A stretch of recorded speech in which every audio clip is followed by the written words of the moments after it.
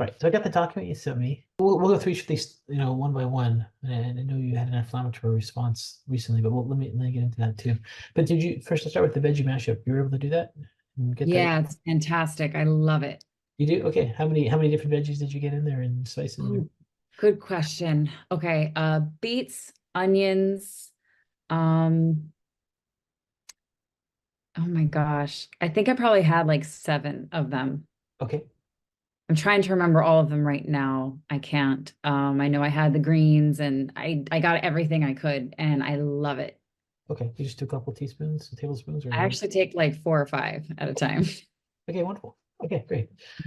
So that's good. That's attempt to try to help your microbiome diversity and so forth. Did you add spices to it as well, or? Yeah, I did. I did. I have like nutmeg, cinnamon, all the Oh, other good stuff. Yeah. And I'm pretty easy. Like when it's something like that, I don't even have to make it extra tasty, but I did add a little bit in there and I'm happy with it. Like to me, like something so simple like that, I'm like, oh, I'll eat it. I'll do it. okay. So if you can go even more than seven, like 10, 12, 15, just whatever you have available, if you can, just Yeah. diversity is the key, right? So as many Yeah, diversity. sure. Okay. So it seems like this ongoing issue with like not being able to recover after you work out, right? And heat. That's the main. Yeah. It seems like when I was reading through this paperwork, this update, that's what is really sticking out here. Okay, Yeah. so And the hardest, sorry, I don't want to no, cut no, you off. please jump in.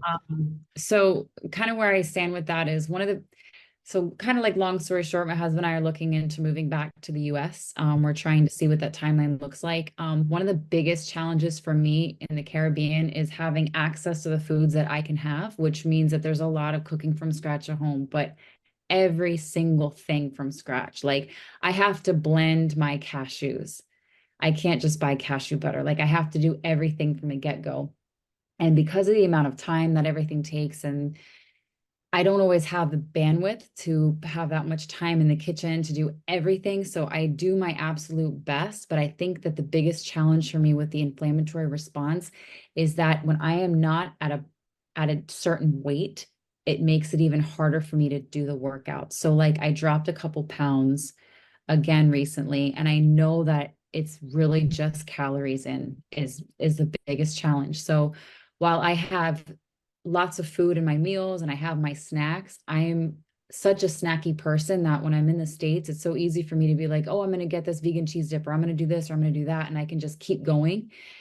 But when I'm here, I have to do it all from scratch. And it's just really draining for me. And so I think when it comes to the workouts, what I've realized is that one of the very biggest challenges is that when my weight is still a little bit too low, it's nearly impossible for me to work out because it almost always triggers a flare up. And that's when I just say, okay, I have to just stop working out for a little bit until I get my weight back up. And then I can leverage that to go to that next step and do the weights and push it a little bit more. That is what I've observed. Okay, Yeah, well, that's that's the biggest. okay. All right. So just so I can understand, like, so you like even the yoga stretches, like, so what does that mean? Like, you did the yoga for like 20 minutes and then you were like in bed for the next couple of days, or what happened? Kind of like either I do it and I don't feel anything the next day and I'll say, okay, great. And then I go to do it again. And if I try to like take it a little bit too far, or sometimes I don't even know I'm taking it too far because it feels really good in the moment the next day, I feel a whole body flare up.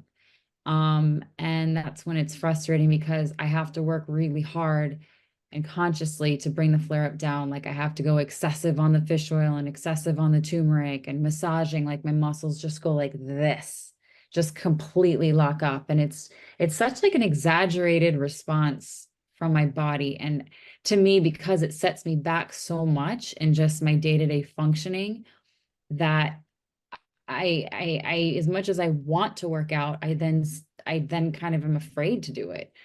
Yeah, so to answer your question, I'll do some stretches and then I can never really build from that because it always ends up crossing over too much at some point and then I just have a big flare up again. Okay. You don't have any muscle pain in between flare-ups, right? It's only you're fine. Your muscles don't hurt. Right? No, I don't.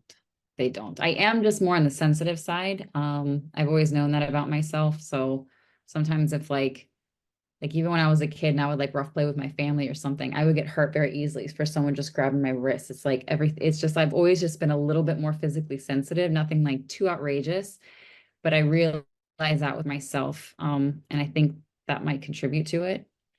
Okay.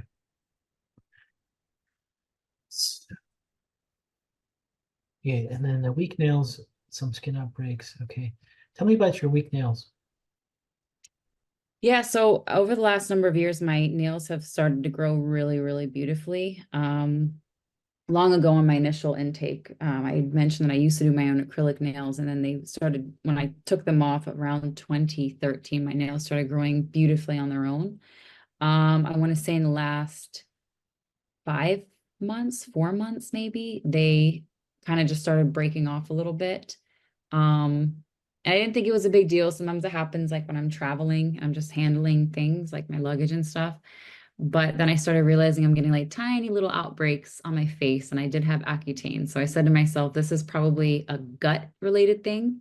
Um, Overall, I feel great, I will say. But I think where I notice a big difference is what you've helped me learn and understand about weight. And when my weight is up, how much other things just fall into place so much easier for me. So I feel great, but I did drop a few pounds, and I think that might be contributing to that. Sure. And that in the you dropped a few pounds after you had that inflammatory response after exercise. Is that what it was? Yeah, some of the stretches, and then I haven't, um, the heat has actually been a big trigger for me. So this time of year, it's supposed to cool down a lot. It just hasn't, unfortunately. And so I've actually had we don't have central AC here. We just have individual split units in the bedrooms, just kind of how the Caribbean is. And so I'm just cooped up in the bedroom in the AC. And usually this time of year, there's so much breeze that it feels amazing and it's cool, and it's not. And so my body just hasn't really had a break from heat. And so that's another big thing that I'm kind of looking forward to when we go back to the US, because heat intolerance for me is a little bit excessive. Yeah. Um, so in the evenings, it's much more tolerable here, but I mean, I have the AC running all the time, and it's just not central AC. So I'm in my bedroom, which is like nice and cool, and it's my workspace. And then I go into my hallway, which is hotter because heat rises. I have a 2-story home. And then we go downstairs, it's maybe like a degree cooler, but then like the windows are open and a fan's blowing at my face, and then I'm at a hot stove, a gas stove. And so I think all of these fluctuations, even though I do stretches in my bedroom with the AC, I feel like it's just these constant adjustments throughout the day. It's really, really intolerable for me. And I'm just really looking forward to having a change to that. I think that's not making it easier to kind of cross this finish line for me. I feel like I'm like so close to this finish line, and some of these factors are just making it a little bit more difficult, if that makes sense. When do you plan on moving back to the US?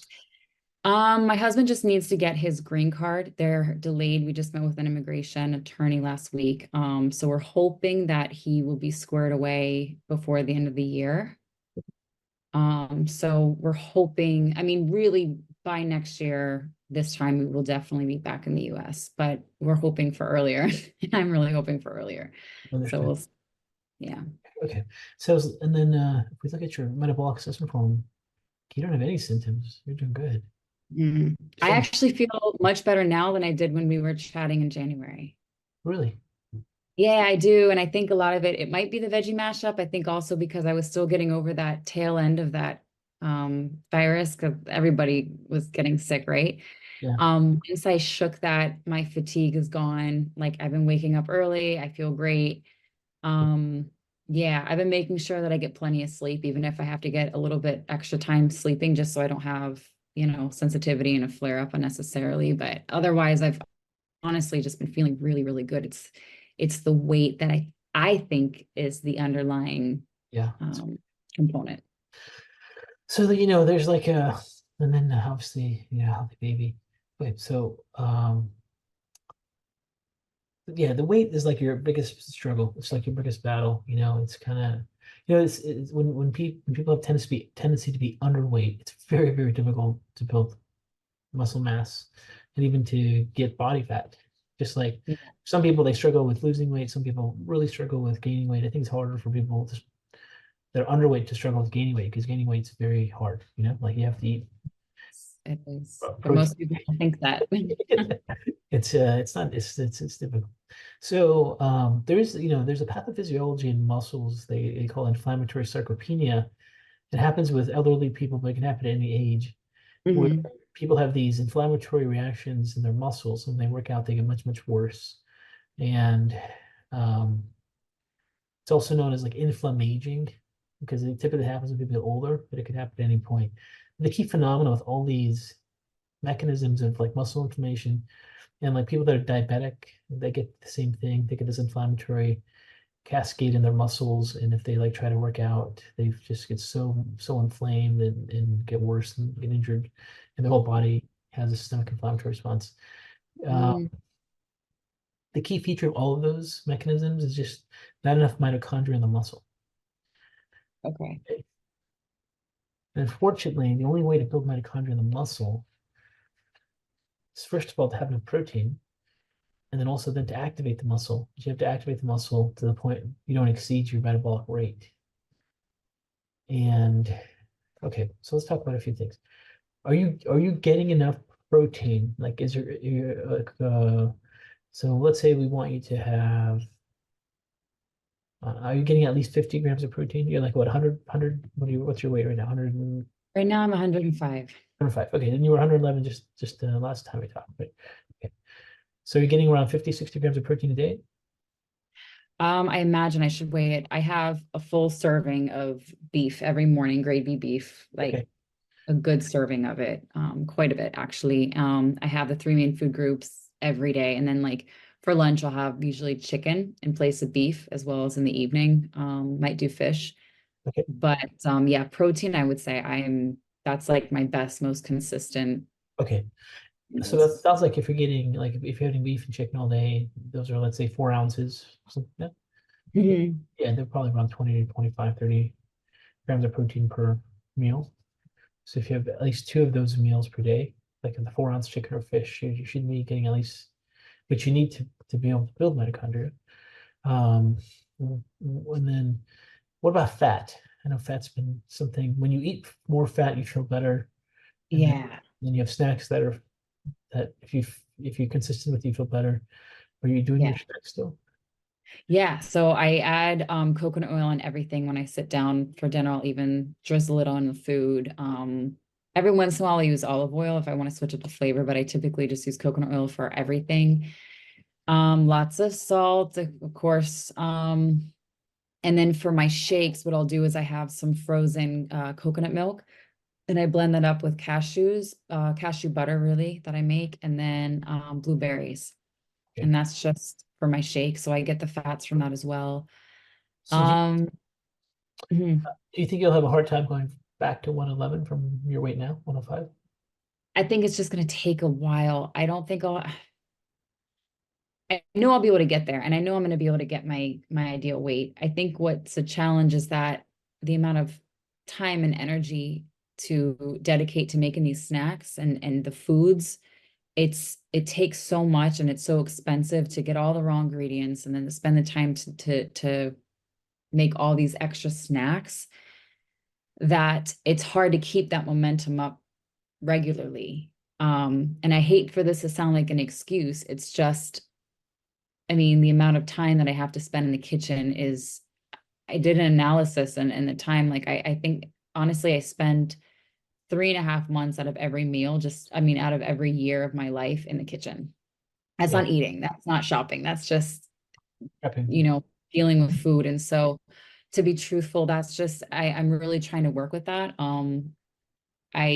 I just don't have enough of it consistently. And so that's been like my biggest challenge, is just having enough of the consistency of it and having enough of it. Like sometimes at night I'm like, okay, I'm hungry. I want to be able to just have some gluten-free pretzels and dip, but I can't get the gluten-free pretzels that I can have here because they all have soy in it. So I have to bring them in, and then I can only bring in so much because they're so bulky. And then I'm like, oh, so living abroad has its challenges, and I'm very well aware of how that's impacted me. And that's one of the biggest reasons why I'm just really looking forward to having this change, because I know that once I have access to these things and I don't have to make everything from scratch that I put in my mouth, I will just be able to increase my weight so much easier because I'll have access to stuff to just be able to quickly snack and dip and all this stuff. You Even it was hard to find here.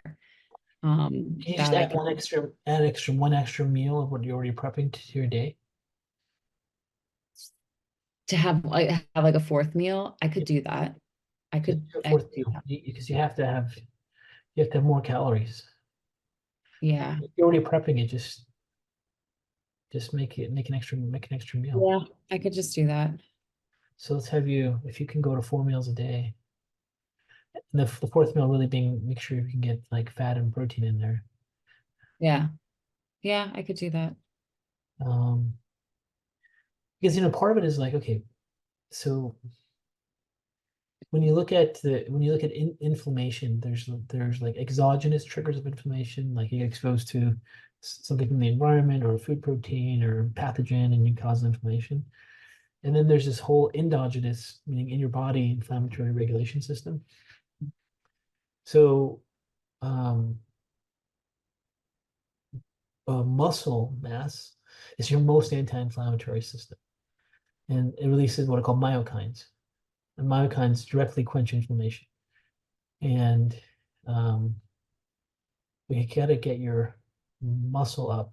For a lot of people, when they have like overweight and obese, body fat is inflammatory, but when you're underweight, body fat releases proteins that will really help your immune function and your endocrine function called adipokines. So you need to have body fat and muscle Right. mass to like regain your inflammatory cascade and your overall health. Because everything else is you're doing pretty good. Everything else is you're doing a pretty good job with. Yeah. I feel great, honestly. And that's where I feel really relieved. I was reflecting back in the last couple of years since we first met in person, and I even looking at pictures of myself, like from everything, my skin, my hair, Yeah, my physique, everything, the way I think, I feel like I'm myself again. yeah, I that's feel like I'm able to think the way I'm meaning to think. I'm able to do stuff with a lot more intention. So I know that I've made significant progress, and I'm so grateful for that. for sure. Um, and it is frustrating, the weight situation, and I try not to make it seem like an excuse Yeah, about the eating, but I realize that it takes so much out of me every single day or every few days to just the cutting the vegetables, the skinning things, the chopping, the this, and it's just like that's just like one aspect of it. And yeah, having to do that, it's just it's hard for me to keep it up at the rate that I need to eat. Like yeah, we go through food so fast. Both my husband and I, we eat so much food, and it's great, and we're thankful to have it, right? I never want to complain I don't have enough, but yeah, it's just that's just been the hardest thing for me, and it has impacted my mental health being, because I'm like, oh my God, I have to go back in the kitchen again. Like doing this. So we do cook in advance. We do have a big freezer. We put things in, we do package things out. But we yeah, do go through it quickly, which means we have to then be back and prepping again, and then the cost of the ingredients, and it's really challenging. And so I have never been so grateful to be an American and have, an abundance of the food that's available there. And I didn't realize the extent of how much that has impacted me. And so I really have been giving this, yeah, my best. But you're right. I think if I add an extra meal and I think about a meal as opposed to like a variety of snacks just to hold yeah, me over, yeah. I think that'll be helpful for me, even if it means maybe one meal is slightly less if I can't stomach it so quickly after another one, but maybe a little bit less and then have some more a little bit later and spread out that last meal or whatever. Just I think make that's a sure you great, get 4 meals in before they like from when you wake up to go to bed. Or let's just try it for like a month. So yeah, so it's something that's tangible. It's not like, and then after that month, if you're feeling good, do it for another month. But yeah. just try to Okay. focus on like a small step, like this, and take a month 1 week at a time. This week I'm just gonna make sure I eat 4 meals a day. Because also relate to your pregnancy as a goal of having kids. Like you're healthy enough to have kids and no problem. But just the fact you're underweight, I mean, preterm baby and some complications can occur.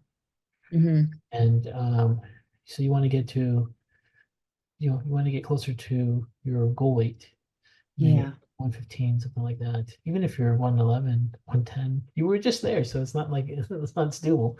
It's doable. Get But back. if you Yeah. can get that 115 range, I think you will have a much healthier pregnancy and you would reduce risk of having like a preterm child Yeah. and like some of the complications that can also happen when you're underweight. Um, Right. so it's, it's also something for your future. But you also don't want to wait like a whole year, like just to move back to the States and do it. Like it's just add another meal, add another It's meal. It's that simple. Add another meal, and that'd true. be like the most important thing. Because at the end of the day, if you're underweight, there's nothing that can happen unless your caloric intake is more than what you're using. Like you have to have that. Right.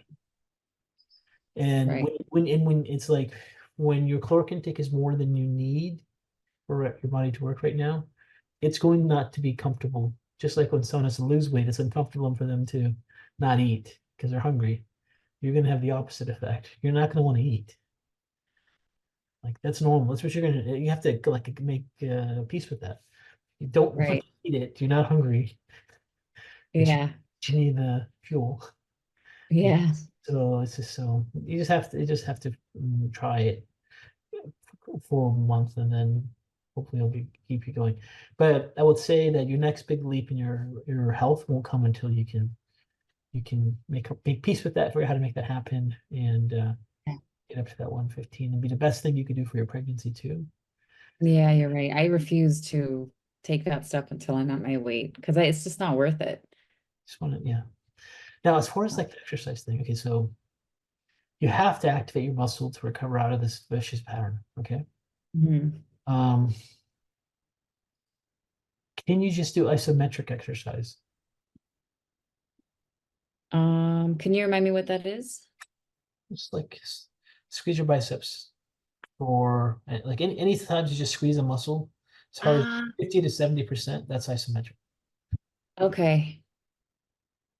Okay. Can you Yeah. so like what you can do is first of all try let's like this is what we do with people who have sarcopenia inflammation, like people have severe muscle inflammation, like usually with just elderly people, but we're going to treat muscles as if you're dealing with the same mechanism, okay? So Mhm. you first do it just either lying down or standing. And you Okay. basically just go through like whatever arm muscle groups you can like imagine first. So like you squeeze your biceps for you can put a timer on for like a Uh-huh. minute. Okay. Squeeze as hard as you can for a minute. You can risk the more muscles you can engage in at the same time, the better it is. It's like I'm engaging my flexors and my wrists and my fingers and my biceps. And let's say I just put a timer on for 30 seconds, I'm just gonna squeeze it. Or maybe a minute. See how you do. And then I might extend my arms and then do the triceps. Like just extend them back and really get the triceps. Like how you're like pulling on something. Ah, yeah, yeah, yeah, yeah. Or you can just like raise your arms as hard as you can and really just try to contract them for 30 seconds. And then Okay. put your arm in different positions. But find like different positions to, yeah, Okay. like 5 or 10. And then if you're okay with the upper body, then add the lower body. So like you're sitting, you can extend one leg. And so you can Mhm. contract it as hard as you can, like at least 50% or as hard as up to 100% of your contractibility, as hard as you can. Mhm. And then do the other side, right? And then maybe Yeah. if it's okay, then just do standing. But you want to try to get like a 10 minutes, maybe start with 5 minutes of isometrics. In isometrics, you keep the muscle in the same position. You just keep that position and squeeze as hard as you can. Okay. That Okay. is going to build mitochondria like crazy. Okay. But there's no tearing of the muscle, there's no loading, there's no extra stress. Right. So you want to like just are you in front of a computer throughout the day? What do you do? Yeah, mostly in the computer. So what you want to do is like set the timer to go off after an hour of on or 45 minutes or an hour, Okay. and then put the timer on for 5 minutes. Hmm. Just do some isometrics. and then maybe like try to get like start with getting like see if you can handle 5 minutes a day. If you can handle Okay. 5 minutes a day, then like try to get up to like 15 minutes a day or 20 minutes a day, or you're just trying to build some mitochondria. Okay. And like Okay. you could do like an hour, 5 minutes a day, you take a break, and then later that day you're on the computer doing something or watching TV, hour goes by, you just do 5 minutes of isometrics. And then as time goes on, then you can like stand and like do a sitting squat or a plank or something more aggressive. But in the beginning, just do it like seated or lying down, just contracting each muscle. And that's one way to really start building mitochondria. Yeah, that's great. You can't I'll build do that. mitochondria. You can't break out of this without building mitochondria in your muscles. Yeah, that There's makes no perfect sense. no way. That makes perfect sense. Yeah, I'll definitely do that. Okay. Thank So you. let's have you so play with the goal with isometrics is to start with like 5 minutes, build up to like 30 minutes at some Mhm. point. It doesn't have to be all continuous. You can break them up different sessions, and then make the positions more difficult as you get more and more mitochondrially developed. So instead of Right. doing stuff sitting, we do stuff like an air squat or deep squat, or like Right. a minute or so. And you might eventually get to Need the as point many where muscles as possible. yeah. I mean, ideally we get to the point where we do 30 minutes of just isometrics in one session. Like Wow. you like do a plank for 1 or 2 minutes. You would do a deep like air chair squat and squeeze your arms for 30 seconds. You would, Okay. kind of different positions. So Yeah. that would be like a normal isometric workout. For most people that do isometric training, they would probably do Mhm. 30 minutes of various positions, so like planking and yeah, air wall sitting and stuff like that, just to turn on their muscles. A lot of athletes Right. do this before games. A lot of athletes do this before training session because studies have shown it helps them recover faster, helps them respond quicker. They have less injuries because it kind of recruits their brain and muscles kind of working together. So Right. for you to get to a pre-workout, as much as what this kind of becomes, it's still a big accomplishment, but you have to listen to your body. Yeah. Yeah. Yeah. Okay. No, that's great. I'm actually excited because I feel like that's something I could easily do. Yeah. So just try to find creative ways to squeeze in all the different muscle groups you have, and then see if you can go up to a minute, but start with 30, and then you can go up to 2 minutes, then go up to 3 minutes. So Mm. just whatever works for you, have fun, experiment with it. But basically, every time you're contracting, you're turning on cellular messages to make mitochondria. And you have to Right. have mitochondria to get rid of the inflammatory response in your muscles, and also to help reduce your crashing after you work out. Yeah. That makes perfect sense. And then that would really help with having even more of the mashups because I usually stop at like 5 or 6 spoonfuls, not because I don't want to, because I'm just like, oh, I'm not going to take it all right now. I'll spread Yeah, it throughout the week. But yeah, it doesn't hurt to just take more. I'll take more. yeah. It's Try to get easy. some really dense calories, with your extra meal, not just a mash. Do Yeah. Okay. you have any questions for me? Not specifically. I mean, you really answered them regarding the workouts. Actually, I do have a question. I wrote it down and I forgot what you had suggested another supplement for me to take last session. Yeah, I have it in mind. Um, It was the butyrate short chain fatty acids. what was that?